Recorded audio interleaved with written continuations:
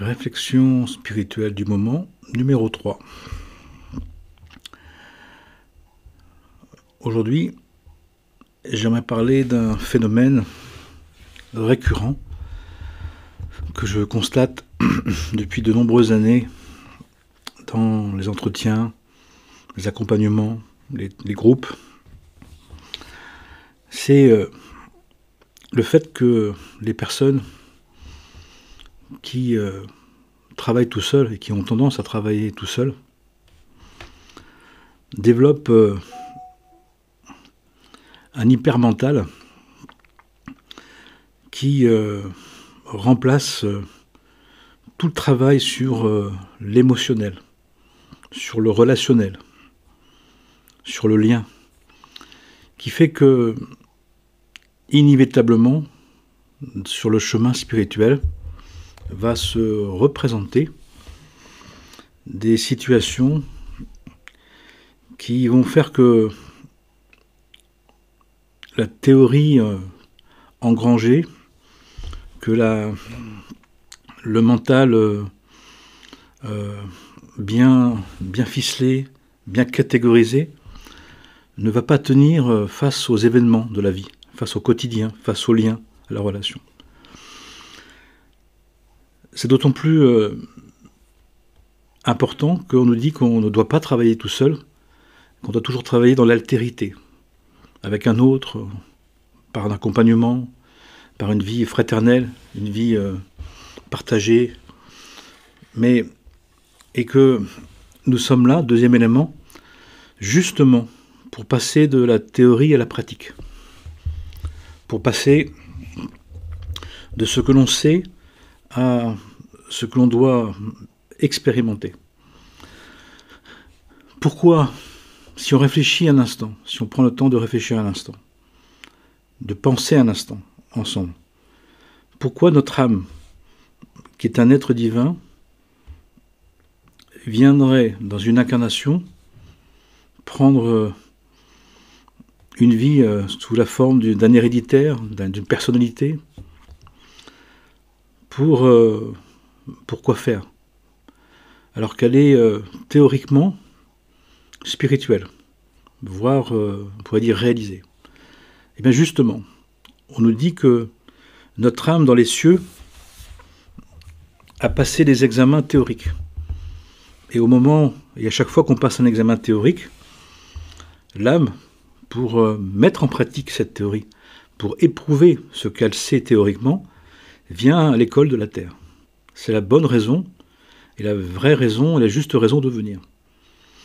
Notre âme accepte, notre âme divine accepte de venir, de prendre une personnalité, de prendre une version du monde, pour justement expérimenter ce qu'elle a réussi à comprendre en théorie, en potentiel, en attente. Donc, finalement, la Terre est l'école d'apprentissage, l'école de mise en pratique, d'incarnation, incarner, expérimenter, vivre, réaliser concrètement, éprouver, faire la preuve. Ça dit bien les choses. Ça dit bien les choses tout de même. Donc à partir de là, on ne peut pas être surpris, on ne peut plus être étonné que notre vie va se confronter à des relations, à des circonstances, à des situations qui vont nous obliger de mettre en pratique, d'éprouver, de vivre les choses, d'arriver à appliquer la théorie que nous sommes, la théorie que nous avons. Ce qui veut dire que nous ne sommes pas là pour remplir la tête, pour nous passer de réaliser, de concrétiser, de tenter, d'oser. Tout le contraire, c'est tout le contraire. Il s'agit d'expérimenter, il s'agit d'oser, il s'agit de concrétiser, il s'agit de construire, il s'agit d'appliquer les enseignements. Et je vois des personnes qui en ont plein la tête, et qui ont catégorisé, qui ont schématisé, qui ont déterminé le bien et le mal, comment ça doit marcher, comment ça doit se faire, et qui achoppent dans la relation, qui sont d'une immaturité relationnelle, une immaturité émotionnelle, dans une difficulté relationnelle, dans une anxiété sociale. Parce que tout simplement, ils sont trop dans leur tête. Ils sont trop en théorie. Ils sont trop en attente que les choses se fassent, par conséquence, comme un effet magique. Si je pense, si j'en ai plein la tête, si j'ai plein de conceptions, si j'ai mis en place une espèce de structure mentale, de conception mentale, eh bien, ça suffit pour que ça se passe. Il y a un côté magique, il y a un côté irréaliste, il y a un côté immature qui, au fur et à mesure, va se voir. Difficultés relationnelles, difficultés émotionnelles, difficultés sociales, difficultés à accepter le réel, à accepter sa destinée, désir de divinatoire, du prédictif, du tout possible, comme si mentalement on pouvait tout reconfigurer, comme si on pouvait se définir à partir de soi et définir ce que l'on veut comme on veut. Le souci, pourquoi pas, on peut le faire, si on veut, mais le souci, c'est que dans une vie spirituelle réelle, concrète, incarnée, eh bien, la vie qui doit nous éprouver, donne-nous aujourd'hui notre pain de ce jour, donne-nous aujourd'hui notre épreuve du jour, les défis qu'on doit relever, les efforts qu'on doit fournir pour vivre, pour incarner, pour expérimenter, vont quand même se présenter. Et ils se présentent, inévitablement. Et là, les personnes, eh bien, très rapidement, vont retomber dans le régressif, dans l'archaïque, dans l'émotionnel, dans le mental, c'est-à-dire ne vont pas être du tout adaptés, vont être même inadaptés, vont être choqués, vont être bouleversés, vont être même agacés, terrifiés, au point de fuir, au point d'avoir des projets de fuite, même des grands projets de fuite, d'évitement, d'isolement, d'isolement, qui sont tout le contraire de ce que nous sommes venus faire ici-bas. On le voit dans toutes les religions, on le voit dans toutes les formes initiatiques, mystériques, où il y a toujours le travail avec le maître, la confrontation au maître, à l'enseignement, aux proches, aux compagnons, aux compagnes, aux adeptes, aux initiés, au réel, à la terre, aux éléments, aux animaux, à la vie. Sinon, sans épreuve, il n'y a pas d'avancement. Sans défi, il n'y a pas de croissance de l'être, de compréhension. C'est impossible, nous devons le savoir. Nous devons le savoir pour comprendre que, à un moment donné, le travail de développer des vertus, des qualités, des comportements justes, est inévitable.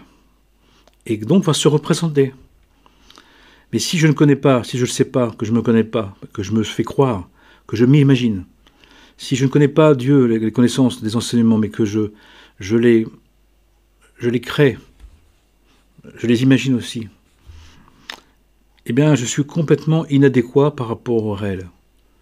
Et là on arrive à des situations où il y a des personnes qui veulent quitter le réel, qui veulent s'éloigner du réel, qui veulent se créer un monde à part, un monde virtuel, un monde addictif, un monde naturel, et avec la caractéristique d'une difficulté, voire d'une grande difficulté, voire d'une incapacité à être dans le lien, à être dans la relation, à être dans la vie, à être dans le monde. C'est passer à côté de ce pourquoi on est venu.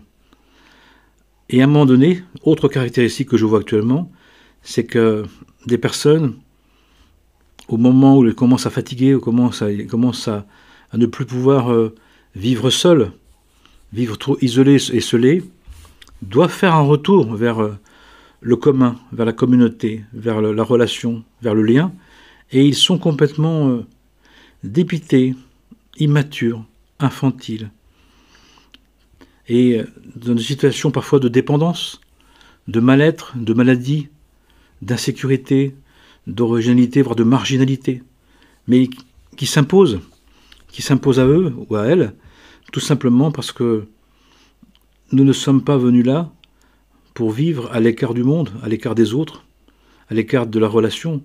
Notre destin est commun.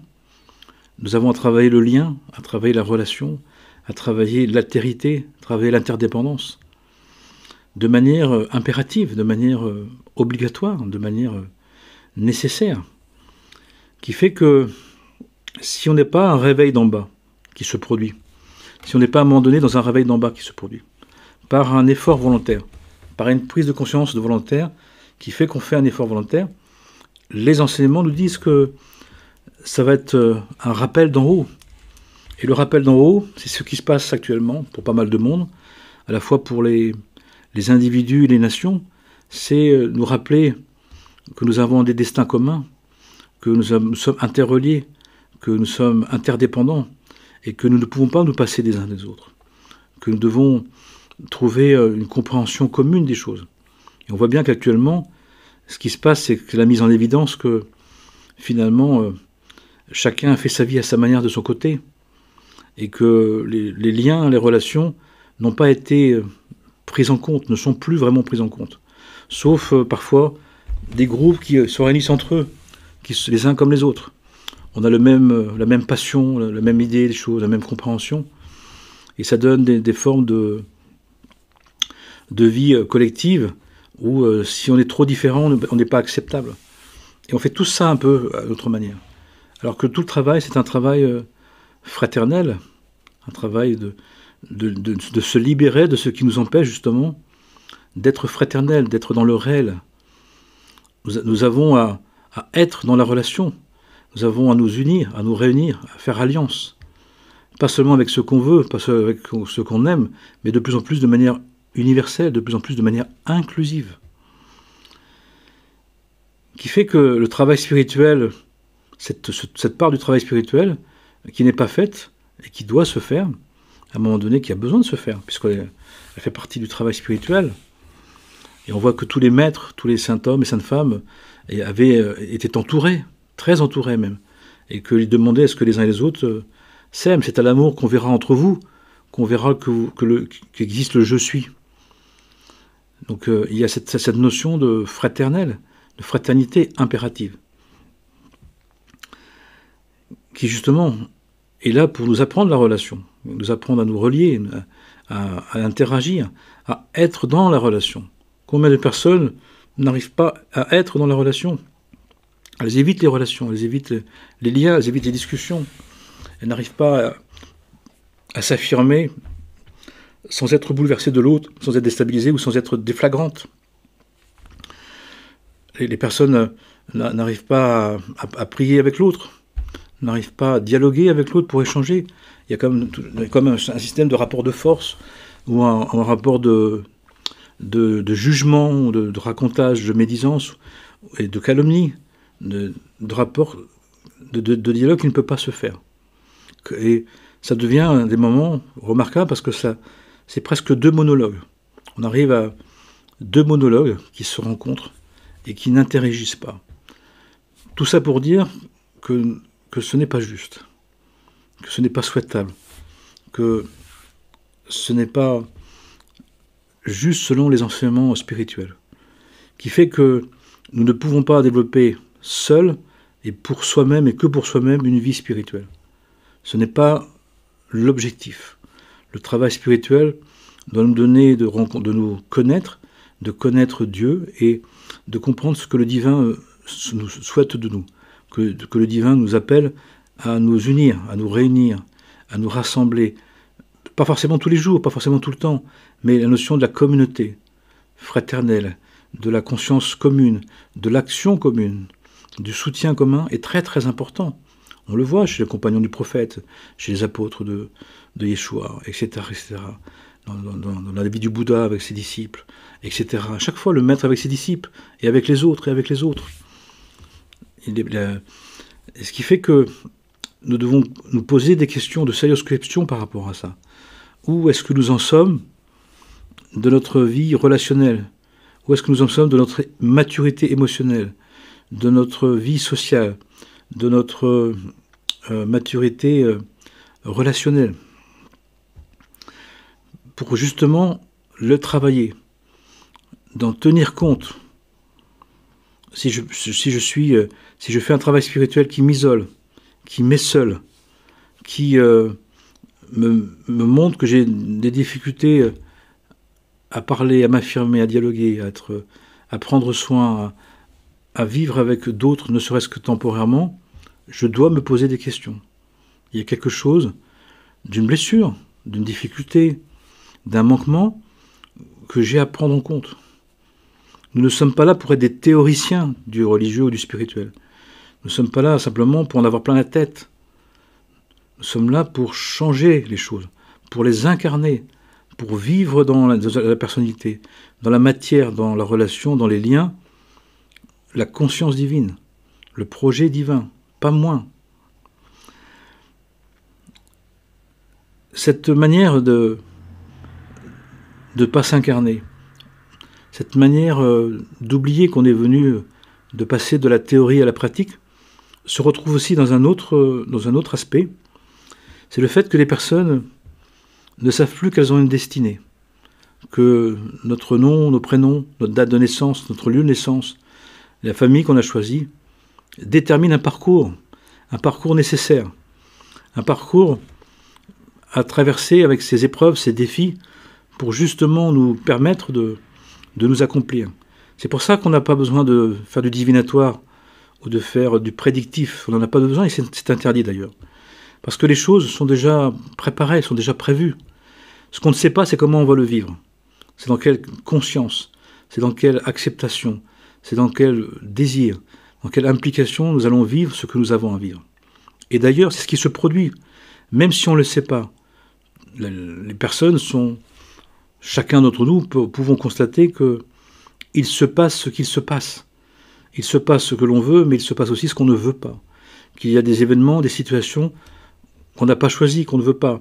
Et certains même sont insupportés parce qu'ils pensaient qu'ils pourraient déterminer toutes les situations, qu'ils pourraient, grâce à leur vie spirituelle, à travers leur grand travail spirituel, leur grand accomplissement spirituel, décider de tout, décider qu'il ne se passe que ce qu'ils veulent qu'il se passe.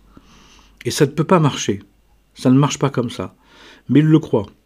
Et souvent, les personnes ont développé une pensée imaginaire, une pensée magique, une pensée baguette magique. Et quand le réel revient, quand le destin frappe à la porte, quand la destinée s'invite, les personnes l'accueillent comme on accueille un étranger, quelqu'un qu'on ne veut pas accueillir, quelqu'un qui ne nous convient pas, quelqu'un qui ne nous plaît pas. Mais pourtant, c'est la bonne adresse. Quand le destin frappe à la porte, il ne se trompe jamais d'adresse. Il est toujours à la bonne adresse. Il est toujours là où il doit se présenter. Le souci, c'est que on s'est tellement fait croire, on a tellement hyper développé l'âme de sentiment et d'entendement que on est dans une émotion ou dans un sentiment des choses qui dépendent de ce qu'on veut, ou on veut à partir d'un ressenti personnel. Mais rien ne dit que ce ressenti personnel ou que cette idée personnelle est juste et bonne. Et surtout si elle fait fi de l'autre, de la vie, de ce qui n'est pas prévu.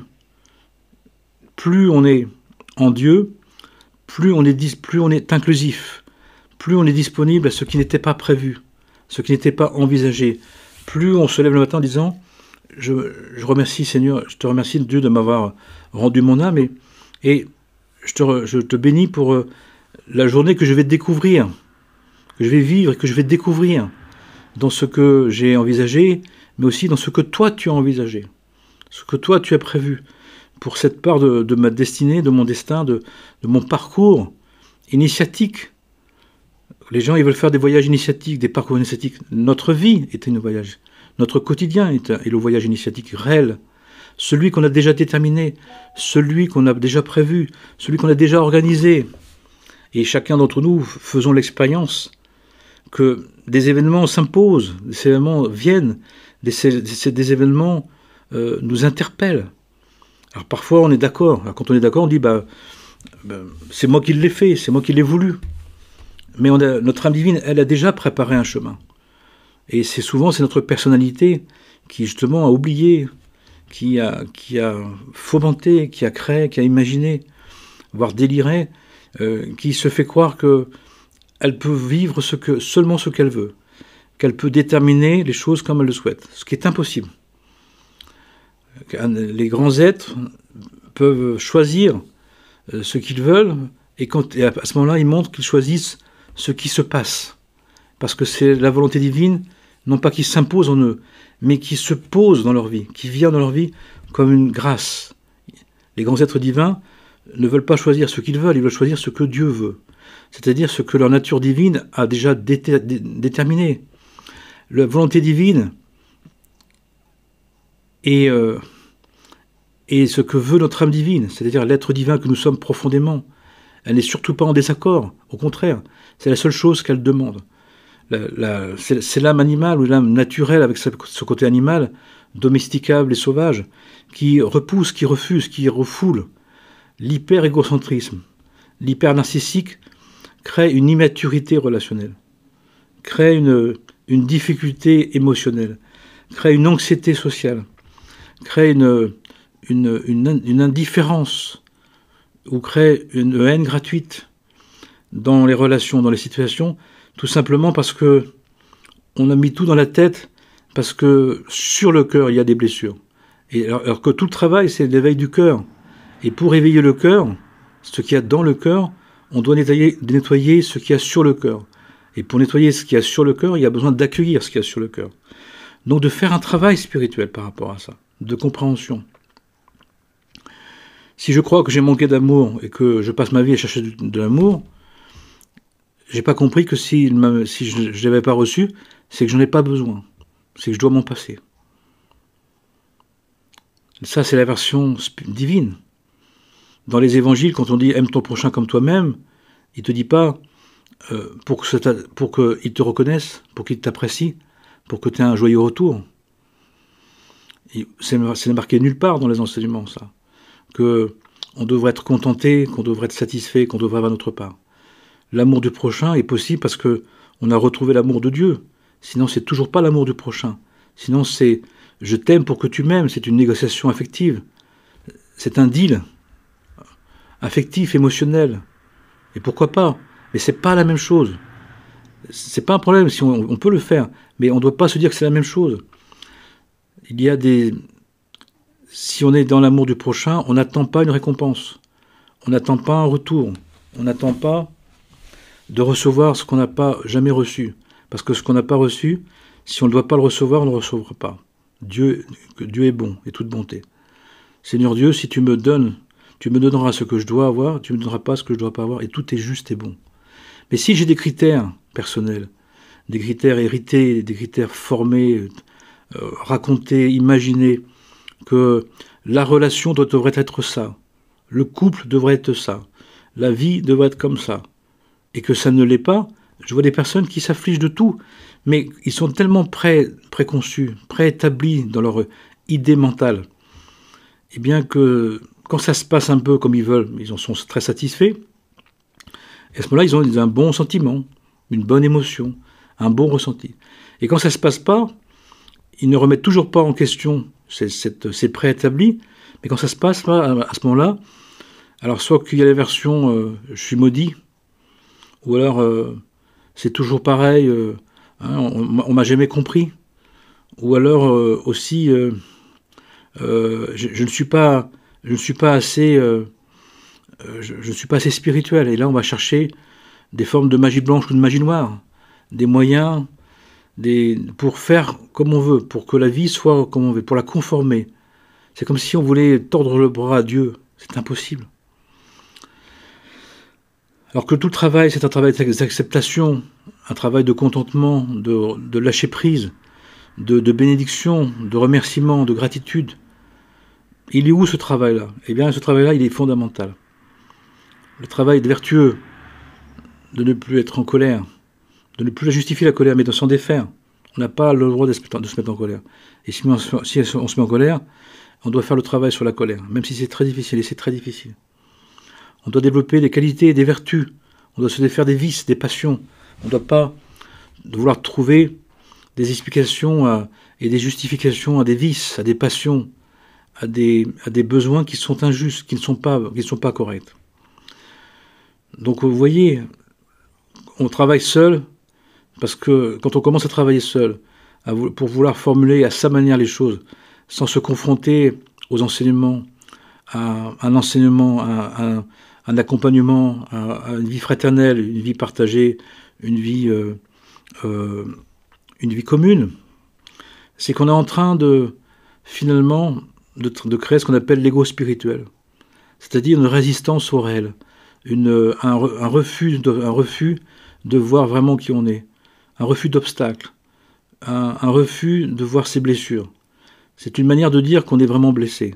C'est une manière de dire de circonscrire toutes les blessures. Mais les circonscrire, ce n'est pas les assumer, ce n'est pas s'en guérir, ce n'est pas s'en occuper vraiment. Sachant en plus que la guérison des blessures a 3 parts. La part qu'on peut vraiment supprimer, la part qu'on peut réduire, qu'on peut contenir, qu'on peut atténuer. Et puis la 3e part, la part qui ne bouge pas, qui ne peut pas encore bouger, parce que c'est trop tôt, il nous faudra revenir, il nous faudra y revenir. Il faudra plus de temps, plus de vie, plus de monde, plus d'incarnation. Qui fait que nous avons aussi à faire ce travail-là. Et donc aussi nous aurons à accepter qu'il y a des choses qu'on a pu supprimer, puis des choses qu'on a pu relativiser ou réorganiser, atténuer. Puis il y a des choses qui ne bougent pas, des choses qui ne peuvent pas encore bouger, qui ne sont pas accessibles. C'est comme dans une maison, il y a des travaux qu'on peut faire. On a fait certaines rénovations complètes, puis d'autres c'est en cours, et en partie, et puis d'autres qu'on ne peut pas encore faire, qu'on ne peut pas toucher. C'est des travaux trop importants, ou impossibles à réaliser dans cette vie, dans cette existence. C'est la même chose. Ce qui fait que nous avons à regarder si nous travaillons seuls, qui fait que nous avons complètement préconçu les choses, préétabli les choses, et surtout si ça ne marche plus, surtout si ça ne marche pas, ou ça ne marche plus, c'est tout à fait normal. Mais ça veut dire que le travail spirituel de prise en compte de ses blessures, de ses difficultés, de ses manquements, de son immaturité émotionnelle, de son anxiété sociale, de ses difficultés émotionnelles et relationnelles sont à prendre en compte. Le travail qui n'est pas fait reste à faire. Et parfois, il a fallu nous mettre sur un îlot de survie, un îlot de certitude, un îlot d'absolu à notre manière, pour survivre. Et pourquoi pas? Et tant mieux. Mais à un moment donné, sachons que ça ne peut pas forcément durer tout le temps. Et là, dans les temps actuels, vu la pression, vu la désorganisation, vu le désordre qui amène des désastres individuels, familiaux, collectifs, dans les nations, dans l'humanité, on voit bien que les grandes fragilités, ce qui a été mis en attente, ce qui a été mis de côté, nous revient et remonte, soit par un réveil d'en bas, je prends maintenant conscience, et je l'assume, et je fais le travail nécessaire, qui demande d'être accompagné, qui demande de réintégrer les lois divines, qui demande de réintégrer les principes et lois divines, les règles du jeu, les règles du je suis, pas les nôtres. Et sinon, ça se passe, on le voit bien, par un rappel d'en haut, et là par une interpellation divine. Les événements nous interpellent, nous mettent dans une situation où on ne peut plus s'échapper. Je le vois dans les personnes. Une situation inévitable, inextricable, impérative, absolue, qui se place comme un mur, comme un adversaire qui ne nous laisse pas tranquille, ne nous laisse pas passer. Parce qu'à un moment donné, ce qu'on a mis de côté, que l'on doit prendre conscience, que l'on doit accueillir, est en train de se mettre à jour, puisque c'est nécessaire. Et comme on ne peut pas le repousser, il y a une part qu'on ne peut pas repousser, une part qui est de confrontation à nos blessures, de confrontation à nos difficultés, à nos mal-être, qui est impérative. Si on ne le fait pas par le réveil d'en bas, la volonté de se réveiller, pas s'éveiller, je parle même de réveil, simplement de réveil, doucement, d'abord de se réveiller, pour s'éveiller, Eh bien, si on ne le fait pas, sachons, c'est une information spirituelle, qu'il y a un rappel d'en haut. Parce que l'âme divine n'est pas venue pour simplement vivre selon une seule partie de ce que la personnalité veut et lui accorde. Il y a un projet établi, il y a des travaux de prévus. Et si on a mis de côté les travaux, si on a mis de côté un certain nombre de choses auxquelles on devait se confronter, eh bien à un moment donné, ça se cumule et la charge cumulée nous tombe dessus, nous foudroie, pour nous refoutre droit, pour nous saisir, pour que ça devienne clair et net. Et donc on voit bien qu'il y a des événements qui là nous mordent, nous accrochent, nous prennent, nous tombent dessus et ne nous laissent pas tranquilles. Jusqu'à prise de conscience, jusqu'à acceptation que ça existe. Et il y a un conseil spirituel qu'on nous dit, il vaut mieux faire un réveil d'en bas qu'un rappel d'en haut. Même s'il y a résistance, même s'il y a difficulté, il y a une manière de le faire que moi je propose avec l'ASI, l'accompagnement spirituel intégral, de manière traditionnelle, pour justement qu'au quotidien il y ait un travail. Puisqu'on dit que chaque jour, donne-nous aujourd'hui notre pain du jour, donne-nous aujourd'hui le défi du jour, la confrontation, la part du jour, avec un témoignage, avec un accompagnement, avec les enseignements, avec la prière, avec la vie partagée, la vie commune, la vie monacale commune, pour justement nous fortifier et arriver à faire ce travail spirituel qui est nécessaire, qui est impératif. Le travail spirituel seul n'existe pas. C'est juste une petite part du travail spirituel. Il faut le savoir. Ça peut être un bon début, mais ça ne peut pas être suffisant. Parce qu'à un moment donné, on va se retrouver à ne pas pouvoir vivre cette intériorité dans cet espace de solitude tout seul. C'est pas possible.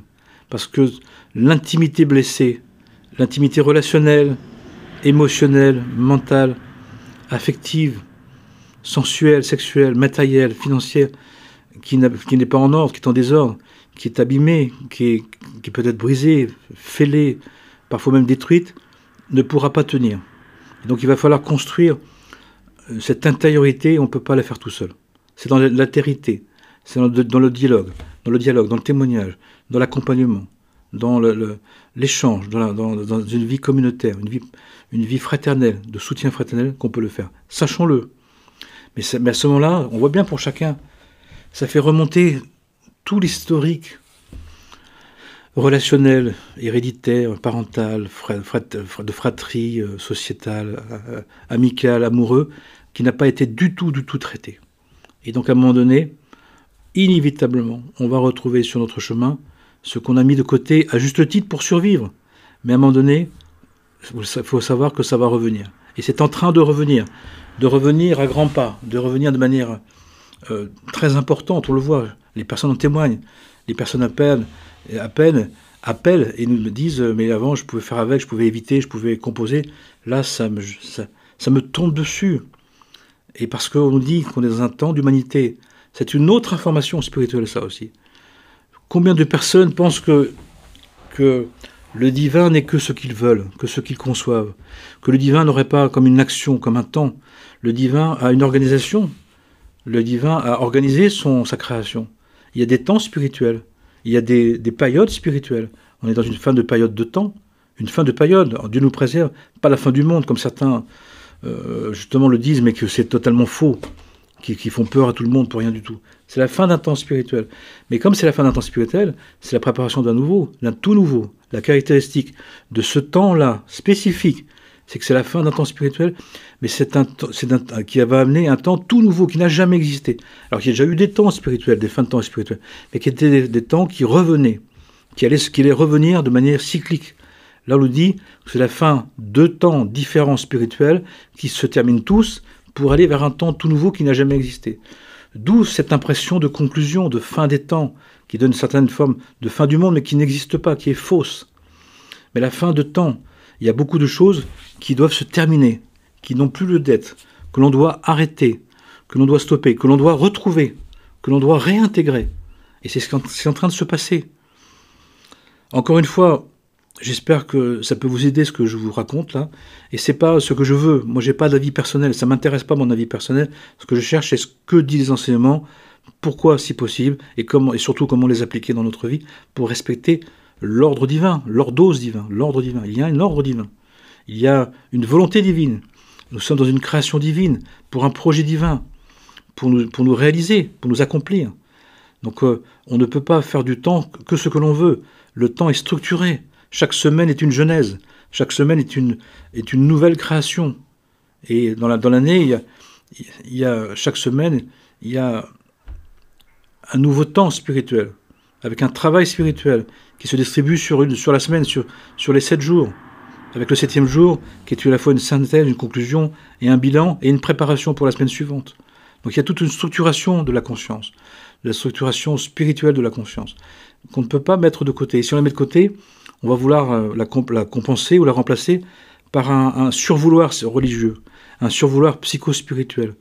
Comme si finalement on allait pouvoir complètement définir, décrire, déterminer ce que l'on veut.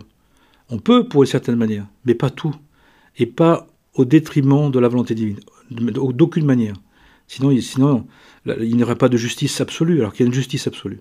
Il y a une volonté absolue, même si elle nous laisse le temps, même si chacun se l'approprier, même si on a une part de libre arbitre. Un libre arbitre qui n'est pas la possibilité, qui ne nous donne pas la possibilité de tout définir ou de redéfinir. C'est pas possible. Ça viendra à la fin de cette création. Oui, ça existe, mais à la fin de cette création. Quand on sera en capacité de tenir dans toutes nos cellules, dans tous nos traits, dans toutes les pensées, les paroles et les actes, la volonté divine, de respecter les règles du jeu. À ce moment-là, on pourra être co-créateur, on pourra créer, et on voudra créer avec d'autres d'ailleurs. Comme cette création, elle était faite justement comme celle-là, comme ça. Voilà, une réflexion spirituelle du moment par rapport à ce qui se passe, par rapport aux messages, aux accompagnements, pour essayer d'apporter quelques éléments, et faire en sorte de dire que seul on ne peut pas travailler spirituellement tout le travail. On peut faire une partie, mais on ne peut pas tout faire. Qu'à un moment donné, quand on fait le travail seul, c'est qu'on a mis de côté un certain nombre d'émotions, de problèmes relationnels, de problèmes d'immaturité émotionnelle, relationnelle, social, qui ont besoin de se traiter. Si c'est une préparation à ça, c'est tant mieux. Mais souvent, c'est un évitement qui dure et perdure. Là, il y a un impératif d'humanité. Il y a une convocation humanité. Il y a une nécessité. On doit prendre en compte un certain nombre de choses qu'on a mis beaucoup de côté, tous, les uns et les autres. Et donc, il y a des événements dans notre vie qui s'imposent parce que ce sont des convocations, ce sont des interpellations, ce sont des devoirs spirituels qu'on a mis de côté et maintenant qu'on doit réaliser. Mais dans l'application, dans l'incarnation, dans le réel, dans le lien, dans la relation, pas et plus de manière que théorique ou que selon ce qu'on veut, ça c'est pas possible. Et puis et tout ça s'inscrit dans une volonté divine qui gouverne ce monde, qu'on en pense, qu'on le sache ou pas, qu'on le croit ou pas, qui fait que le divin veut nous conduire à coup sûr vers notre devenir individuel et collectif, dans un esprit commun, sachons-le. Voilà quelques éléments de réflexion qui pourront peut-être vous servir, en tout cas je le souhaite, qui sont très importants pour comprendre l'importance que le travail spirituel ne peut pas se faire seul et qui nécessite d'une confrontation, une altérité, et pas avec le meilleur ami, pas le meilleur copain comme j'entends, pas avec celui qui va nous bisouiller, qui va nous aller dans le sens du poids, dans le sens de l'ego, pas du tout. Il y a une confrontation. Les personnes que j'accompagne au quotidien, et il y a une confrontation, il y a un dialogue intense, un dialogue franc, un dialogue réel, un dialogue où on s'exprime, la personne se découvre, elle doit s'assumer. C'est pour ça qu'on parle à partir du thème spirituel qu'on fait en premier, pour ensuite justement le travailler et d'accepter vraiment qui on est. Combien de personnes ne s'acceptent pas vraiment et elles disent il me manque quelque chose dans ma vie, je ne trouve pas de satisfaction, je ne trouve pas de contentement. Mais quel est votre rapport à vous-même? Comment appréciez-vous tout ce que vous êtes? Ah non, mais j'ai pris ça de moi, j'ai pris ça de cette part mentale, cette part physique, cette part émotionnelle, mais pas ça. Mais non, il y a tout à prendre. Il y a tout à prendre. Le bon penchant comme le mauvais penchant. Tout le monde a un bon penchant, des bons penchants et des mauvais penchants. Nous avons tout à prendre. Il n'y a rien à enlever et rien à rajouter. Mais tout à apprécier en l'acceptant pour mieux le connaître et mieux le valoriser et en tenir compte. Nous sommes un être entier, nous sommes un microcosme. Tout compte. Il n'y a pas à enlever ou à rajouter. Mais il y a tout à intégrer par l'acceptation, par l'accueil acceptant, l'accueil bénissant. Je vous souhaite le meilleur, du meilleur, que le Saint-Nom divin nous bénisse, nous guérisse, nous guide et nous donne la force de vivre ces événements de révélation, de mutation, de transmutation.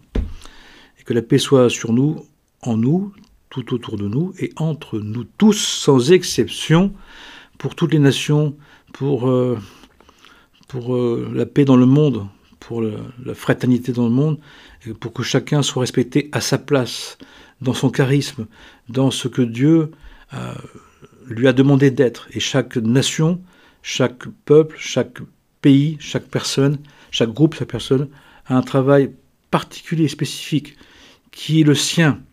On n'est pas remplaçable. On n'a pas à prendre la place des autres. Chaque peuple a son charisme. Chaque personne a son charisme. Et donc chacun doit être respecté et se respecter selon l'ordre divin, selon ce que Dieu veut. Donc nous avons à demander à Dieu ce qu'il veut et à le respecter et en lui demandant d'être conduit par un réveil d'en bas au lieu d'être par un rappel d'en haut qui souvent est tellement inattendu et peut être très très rude, très dur parce qu'inattendu, parce que mis de côté, parce que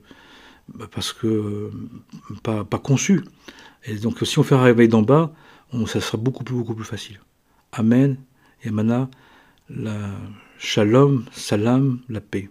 À chacun et chacune, que Dieu nous bénisse et nous fasse devenir ce que nous sommes selon son ordre, selon sa volonté une, unique, universelle, inclusive, toute universelle, pour le bien de tous les êtres. Amen et Amana.